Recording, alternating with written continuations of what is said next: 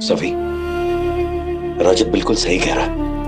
हमें उसके साथ जाना चाहिए, वरना बहुत लेट हो जाएंगे। ईशा प्लीज चलिए। सभी,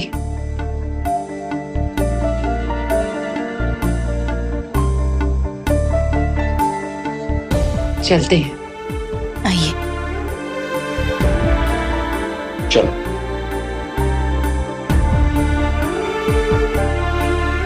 और अब रजत के ही गाड़ी में बैठकर सभी जाते हैं कोर्ट, जहां आज एक अहम मुद्दा लड़ने जा रहा है।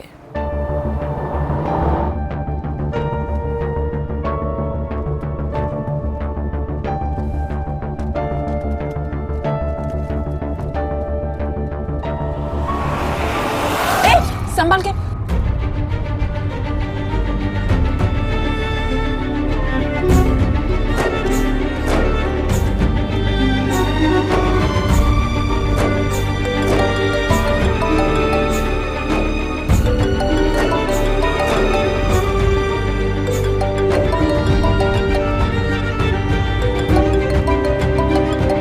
और अब जहां आशिका का फोन तो नहीं उठाता रजत, वहीं परिवार वाले अब रजत से वाकई में नाराज हैं। आखिर क्यों पक्ष ले रहा है वो उस औरत का जिसने सालों पहले इतना दुख दिया।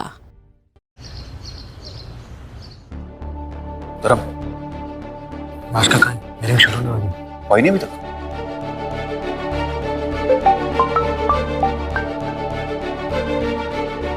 रजत, मैं यहाँ हूँ। कहाँ रह गई तू? कैरिंग का टाइम हो गया। वो ज्ञान को समझाने में वक्त लग गया। यहाँ आने की जिद कर रहा था। बहुत मुश्किल से उसे तैयार करके स्कूल भेज कर आई। अच्छा क्या तुम ज्ञान को यहाँ पर लाने की जरूरत नहीं थी, बेचारा घबरा जाता।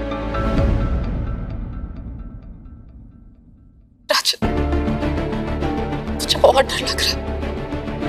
घबराने की जरूरत नहीं है, तुम खुद को संभालो, ये केस अपने आप समझ जाएगा। समझ रही हो ना? ये सब कुछ हम ज्ञान के लिए कर रहे हैं।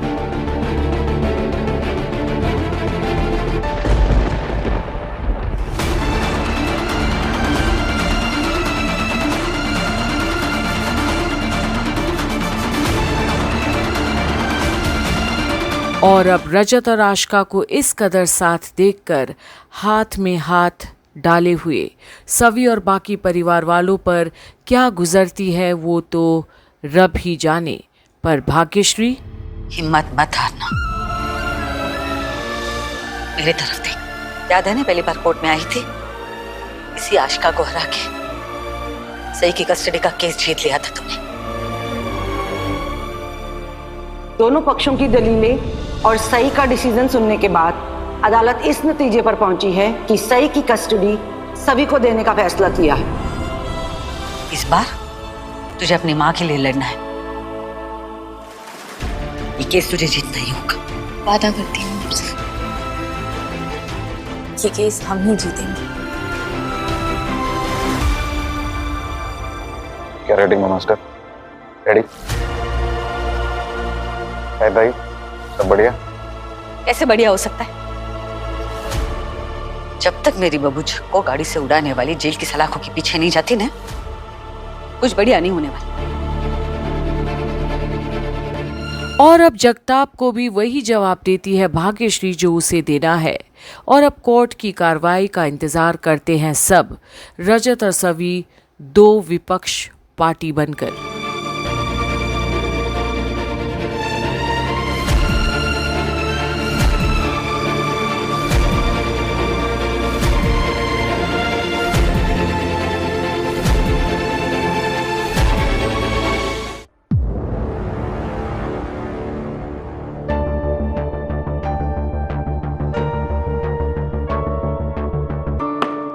अदालत की कार्रवाई शुरू की जाए। लॉर्ड, तो बेसिकली ये केस जो है ये हिट एंड रन का केस है, लेकिन यहाँ एक्सीडेंट गाड़ी चलाने वाले के लापरवाही के कारण नहीं हुआ है, बल्कि जानबूझ के किया गया। तो मेरी जो क्लाइंट है ईशा भोसले, वो उस दिन अपनी बेटी को मिलने के लिए रास्ते से जा रही थी पैदल, और उसी टाइम ये जो है मिस आशिका ये अपनी ब्लैक कलर की एसयूवी में ऐसी जुम करके ऐसे वायुयान की तरह आई और मेरी क्लाइंट को ऐसा ठोक दिया। वो बॉटल जैसा ढक्कन उड़ाता है ना, और ऐसा गिरा के चली गई। मतलब कैसे चली गई?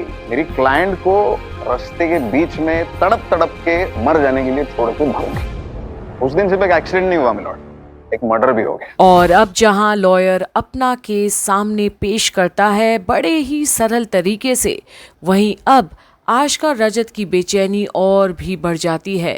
कोई तो सच छुपा कर रखा है इन दोनों ने। इंसानियत का मर्डर, और आज यही केस लेके मैं आपके सामने खड़ा हूं।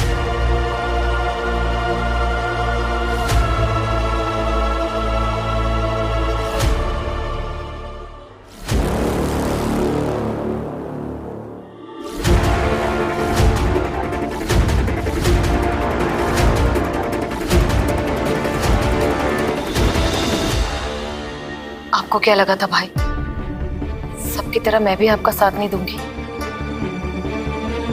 नहीं, मैं आपके साथ हमेशा हूं। और आज सवी एक बार फिर देखती है तारा को अपने भाई का साथ देते हुए गलत में भी। तो अभी ये जो मिस आशका है, इनको मैं कटघरे में बुलाना चाहता। इजाजत है। आइए।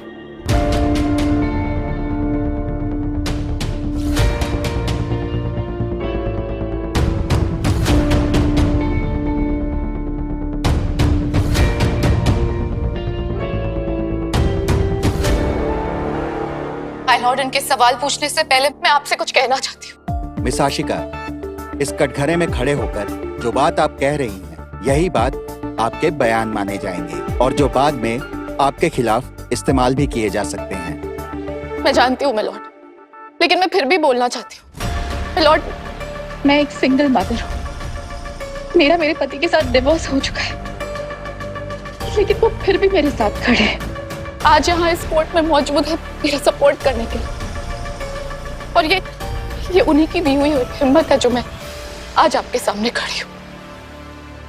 मैं आप सबसे अपने बारे में कुछ बोलना चाहती हूँ। और यहाँ भी अब सिंपैथी गेन करने के लिए आशका अब रजत का नाम और अपना रिश्ता दोनों इस्तेमाल करना चाहती है। लॉर्ड, मेरे 2 बच्चे, 5 साल की बेटी सही जो अपने पापा के साथ रहती है, 12 साल का बेटा कियान जो मेरे साथ रहता है।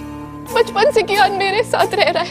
हम दोनों एक दूसरे से बहुत अटैच्ड हैं मिलॉर्ड, एक दूसरे के बिना नहीं रह सकते। वो मुझसे बहुत प्यार करता है। आज भी उसे घर पे अकेला छोड़ के आई हूँ। वो बहुत डरा हुआ था कि कहीं मुझे कुछ होना जाए। मिलॉर्ड, मेरा घर तो पहले ही टूट चुका है और अब इन प्रॉब्लम से मुझे अकेले ही डील करना पड़ रहा है। मेरा कियान, उसका मेरे अलावा और कोई नहीं है। ये सब जानने के बावजूद इन लोगों ने मुझ पर झूठा इल्जाम लगाया है। जानबूझकर किया जा रहा है ये सब मिलॉर्ड, मुझसे बदला लेने के लिए, क्योंकि मुझ पर इल्जाम लगाने वाला और कोई नहीं बल्कि मेरे एक्स हस्बैंड रजत ठक्कर की करंट वाइफ सवी ठक्कर है।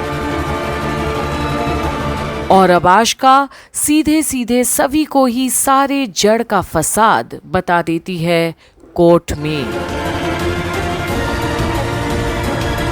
और आज जहां पूरा परिवार देखते ही रह जाता है कैसे आज आशका सभी पर इल्जाम डाल रही है एक्सीडेंट रिलेटेड केस को लेकर, सिर्फ और सिर्फ सहानुभूति पाने के लिए। वहीं रजत भी चौंक जाता है। तो आगे अब भी कोर्ट में क्या होगा देखना ना भूलिएगा यहीं कंप्लीट बॉलीवुड पर गुमे किसी के प्यार में की अपडेट्स में।